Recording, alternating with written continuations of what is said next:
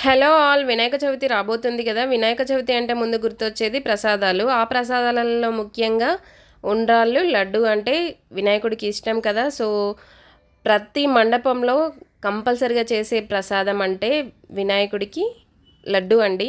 So, ఇందుకోసం first boondi prepare చేసుకోవాలి. బూందీ కోసం మనము ఎంత శనగపిండి క్వాంటిటీ తీసుకుంటామో అంతే శనగపిండి క్వాంటిటీలో చక్కెర తీసుకొని మనం పాకం ప్రిపేర్ చేసుకోవాలండి. జస్ట్ చక్కెర మునిగేంత వరకు వాటర్ పోసుకొని ఆ పాకం చేసుకొని ఆ తర్వాత మనం ప్రిపేర్ చేసుకున్న ఈ బూందీనైతే ఆ పాకంలో వేసుకోవాలండి. అలాగే ఈ బూందీలో మనం కొంచెం యాలకుల పొడి కూడా కలుపుకున్నాము.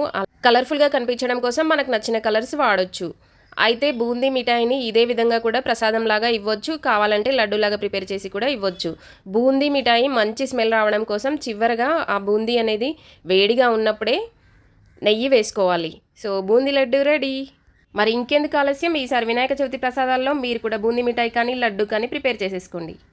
మరిన్ని వీడియోస్ కోసం మన ఛానల్ పైన ఒక కన్నేసి ఉంచండి. Thank you.